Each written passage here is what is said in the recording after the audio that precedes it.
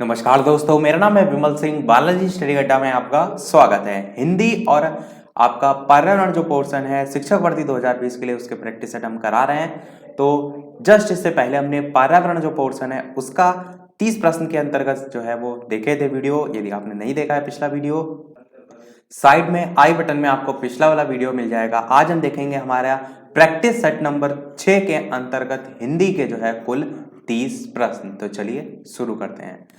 31 number प्रश्न कह रहा है कि प्रोजेक्ट पद्धति का चरण है प्रयोजनशीलता, कर्मेंद्रियों की शिक्षा, कर्मण्यवादिता या इनमें से कोई नहीं। तो इस प्रकार से 4 ऑप्शन है, बताना है आपको कौन सा जो है वो सही होगा। तो ऑप्शन 1 2 3 4 में से कौन सा सही होगा, चलिए बात करते हैं आंसर की। तो पहला आपका ऑप्शन प्रयोजनशीलता बिल्कुल सही हो जाएगा।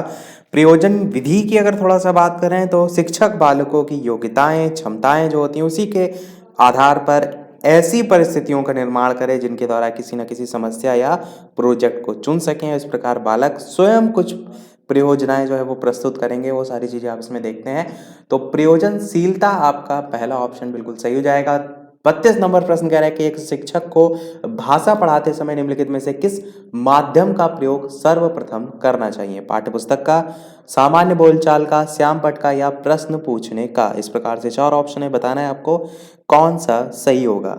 तो चलिए बात करते हैं आंसर की ऑप्शन 1 2 3 4 में से। तो भाषा पढ़ाते समय जो माध्यम है वो सामान्य बोलचाल का होना चाहिए। दूसरा वाला आपका ऑप्शन बिल्कुल सही हो जाएगा।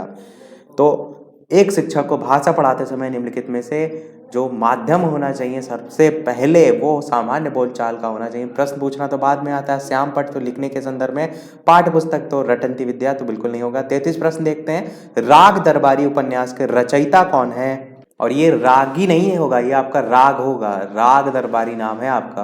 तो 4 ऑप्शन है, राही, मासूम रजा, श्रीलाल शुक्ल, हरिशंकर परसाई या शरद जोशी। महत्वपूर्ण प्रश्न है, महत्वपूर्ण रचना है, बताना है आपको इनमें से कौन सा जो है वो सही होगा।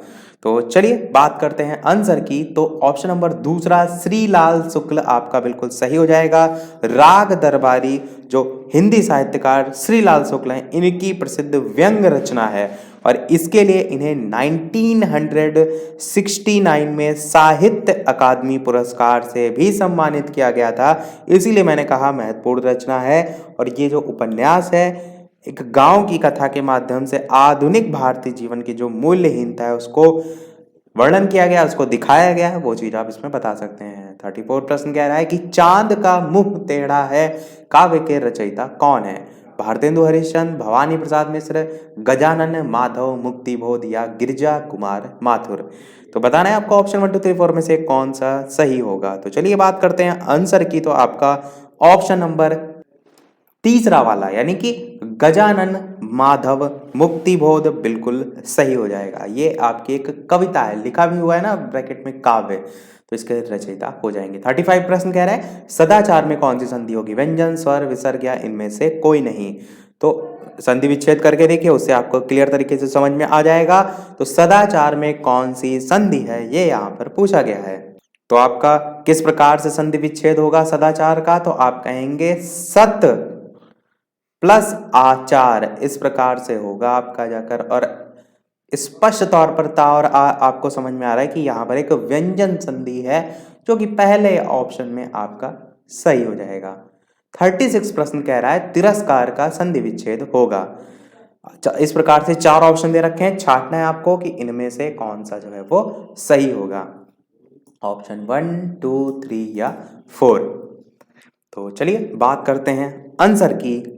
तो ऑप्शन 1 2 3 4 में से आपका ऑप्शन नंबर दूसरा वाला तिरह प्लस कार सही हो जाएगा। कई लोग तिरस यहाँ पर साउंड निकल रहा होता है इसलिए तिरस लगा देते हैं, ये गलती ना करिएगा।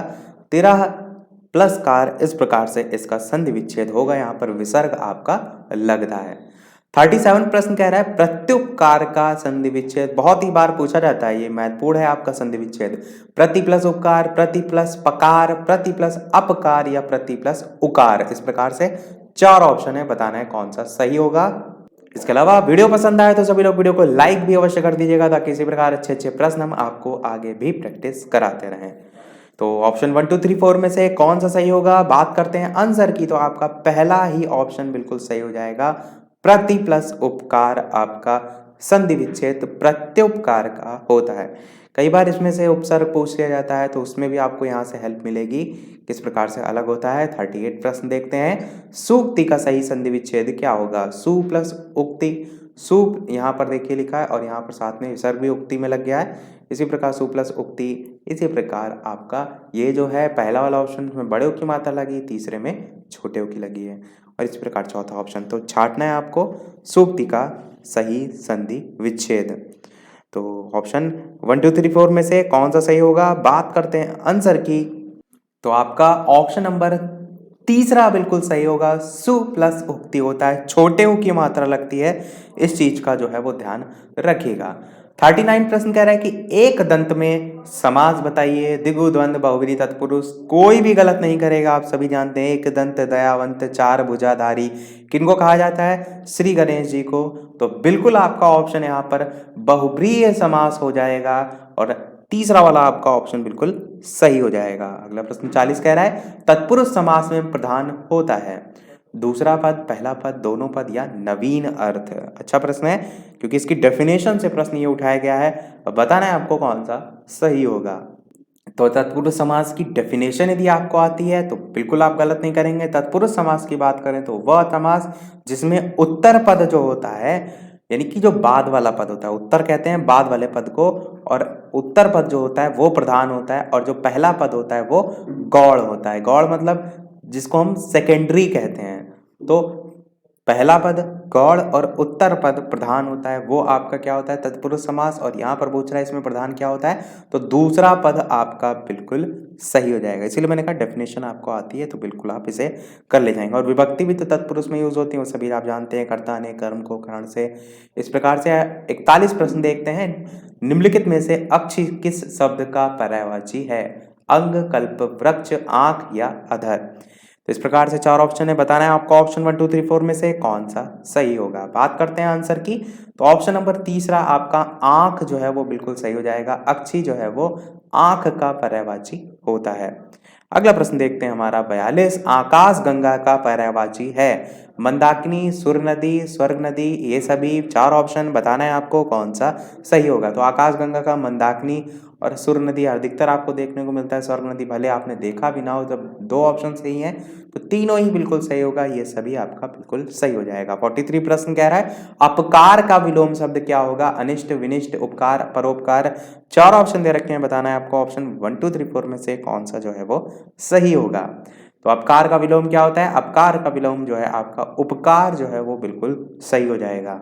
कई लोग गलती क्या कर देते हैं, अपकार का परोपकार लगा देते हैं। विलोम शब्द पूछा गया है, अपकार उपकार ये होता है, ध्यान रखिएगा, गलती ना करिएगा। 44 प्रश्न कह रहा है अभियुक्त का विलोम क्या होगा? निरपराध होगा, योगी होगा, भोगी होगा, अभियोगी होगा। इस प्रकार से चार ऑप्शन है, बताना है आपको ऑप्शन 1 2 3 4 में से कौन सा सही होगा। तो चलिए बात करते हैं आंसर की, तो आपका ऑप्शन नंबर पहला निरपराध बिल्कुल सही हो जाएगा। तो आपका पहला ऑप्शन बिल्कुल सही होगा। अगला प्रश्न देखते हैं 45, सृजन का विलोम शब्द है? प्रलय है, निंदा है, नाश है, या चार ऑप्शन में बताना है आपको कौन सा जो है वो सही होगा। सृजन का विलोम शब्द क्या होगा?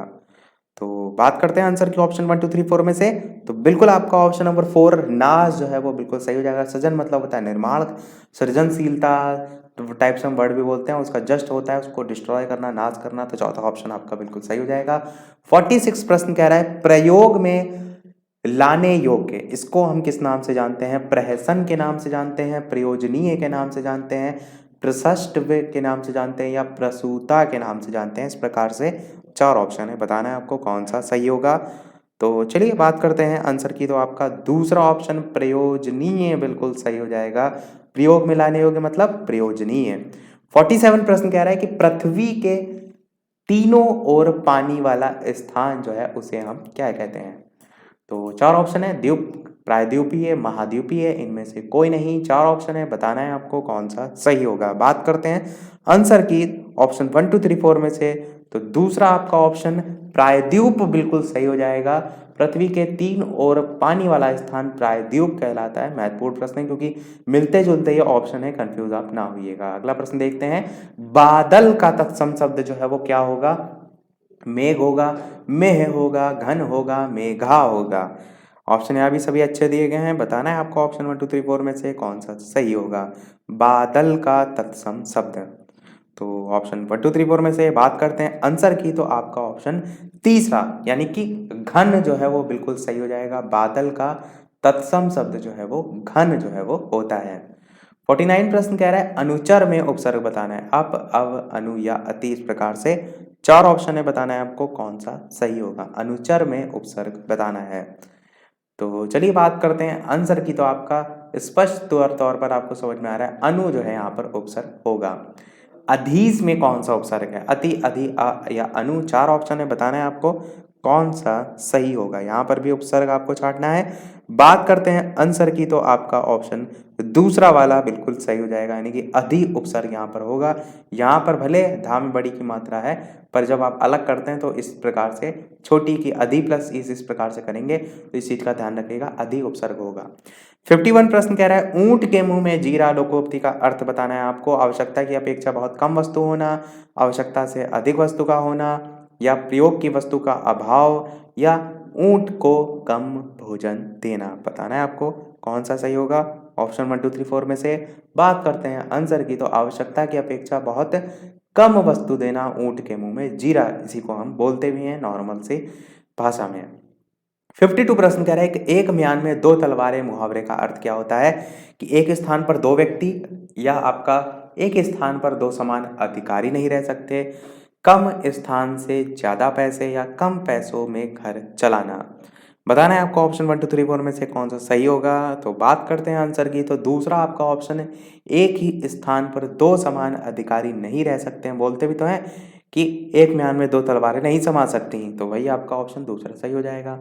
53 प्रश्न कह रहा है निम्नलिखित में से सही वर्तनी वाला शब्द आपको छांटना है, और 4 ऑप्शन दे रखे हैं, विलक्षण, विलक्षण, विलछेड़ या विलोक्षण, इस प्रकार से 4 ऑप्शन दे रखे हैं। बताना है आपको ऑप्शन 1 2 3 4 में से कौन सा सही होगा। काफी इजी प्रश्न है। बात करते हैं आंसर की, पहला ऑप्शन विलक्षण बिल्कुल सही हो जाएगा। 54 प्रश्न साहित्यकार, अलग अलग तरीके से यहाँ पर लिखा गया है, यहाँ पर भी आपको छांटना है कौन सा यहाँ पर सही है। तो बात करते हैं आंसर की, ऑप्शन 1 2 3 4 में से, तो तीसरा आपका ऑप्शन साहित्यकार इस प्रकार से लिखा जाएगा, ऐसा नहीं है, ऐसा बिल्कुल नहीं है। क्यों?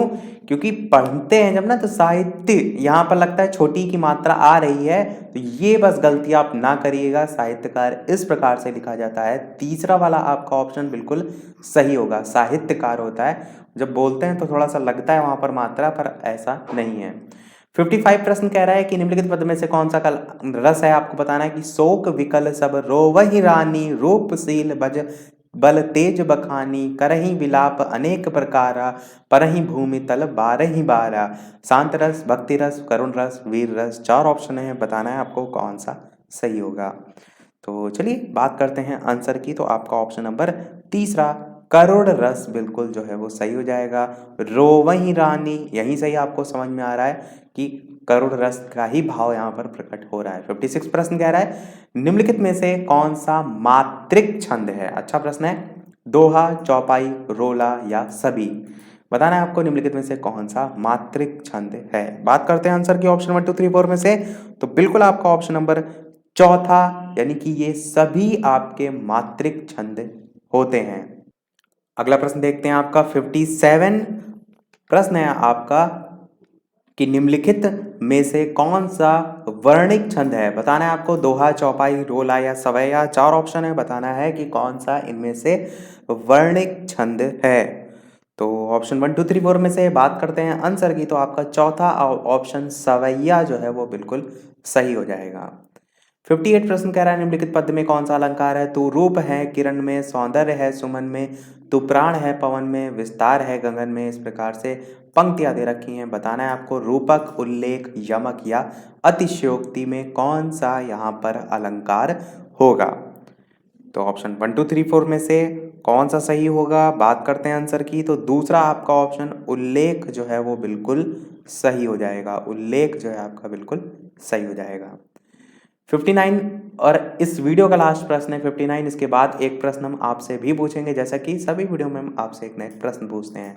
और वीडियो लास्ट देखने से पहले, वीडियो अभी तक आपने लाइक ना किया हो तो सभी लोग वीडियो को लाइक भी अवश्य कर दीजिएगा, ताकि मुझे भी मोटिवेशन मिलता रहे। इसी प्रकार अच्छे अच्छे प्रश्न मैं आपको प्रैक्टिस कराता रहूँ। चैनल पर नए हो तो सब्सक्राइब करके भी अवश्य जुड़ जाइएगा, और टेलीग्राम चैनल से नहीं जुड़े हैं तो वीडियो के डिस्क्रिप्शन में आपको लिंक मिल जाएगी, डायरेक्ट भी बालाजी स्टडी अड्डा सर्च करके आप टेलीग्राम चैनल से जुड़ सकते हैं। 59 प्रश्न कह रहा है, चिंतामणि के रचयिता कौन है? जयशंकर प्रसाद, महावीर प्रसाद द्विवेदी, रामचंद्र शुक्ल या हरिऔध? 4 ऑप्शन में बताना है कौन सा सही होगा। रचनाओं को याद करने की ट्रिक मैं पहले बता चुका हूँ, यदि आप नहीं देखी है यूट्यूब पर बालाजी स्टडी अड्डा रचनाएं, इस प्रकार से आप सर्च करेंगे पूरी प्लेलिस्ट आपको मिल जाएगी। एक से एक बेहतरीन ट्रिक है रचनाओं को याद करने की। बात करते हैं आंसर की कौन सा सही होगा, तो आपका ऑप्शन नंबर तीसरा वाला आचार्य रामचंद्र शुक्ल बिल्कुल सही हो जाएगा। बहुत ही महत्वपूर्ण रचना है, ध्यान रखिएगा। आचार्य रामचंद्र शुक्ल द्वारा रचित हिंदी का निबंधात्मक आप कह सकते हैं ग्रंथ है। और इस पुस्तक के भी यानी चिंतामणि के भी 3 भाग हैं, पर उतना डिटेल में नहीं पूछा जाता है, तो इतना ही आपके लिए काफ़ी होगा। अब देखते हैं वो प्रश्न, जैसे कि सभी वीडियो में हम आपसे एक ना एक प्रश्न पूछते हैं, तो इस वीडियो का आपके लिए प्रश्न है जिसका आंसर आपको वीडियो के मेन कमेंट में टाइप करके बताना है कि पल्लव के रचयिता हैं। ये आपका प्रश्न है। पहला ऑप्शन है सुमित्रानंदन पंत, दूसरा ऑप्शन है निराला, तीसरा ऑप्शन है जयशंकर प्रसाद और चौथा ऑप्शन है महादेवी वर्मा। सभी लोग अपना आंसर वीडियो के मेन कमेंट में टाइप करके बताइएगा ऑप्शन 1 2 3 4 में से कौन सा सही होगा। तो इसी के साथ हमारे आज के सभी 30 प्रश्न समाप्त हुए। आपके कितने प्रश्न सही रहे कमेंट सेक्शन में अवश्य बताइएगा। इसी के साथ हमारा ये टॉपिक भी आज का समाप्त होता है। तो आज के वीडियो में इतना ही। वीडियो पसंद आया हो तो लाइक अवश्य कीजिएगा, चैनल पर नए हो तो सब्सक्राइब जरूर कीजिएगा। मिलते हैं फिर अगले वीडियो में नए टॉपिक के साथ। तब तक के लिए नमस्कार। Thank you for watching.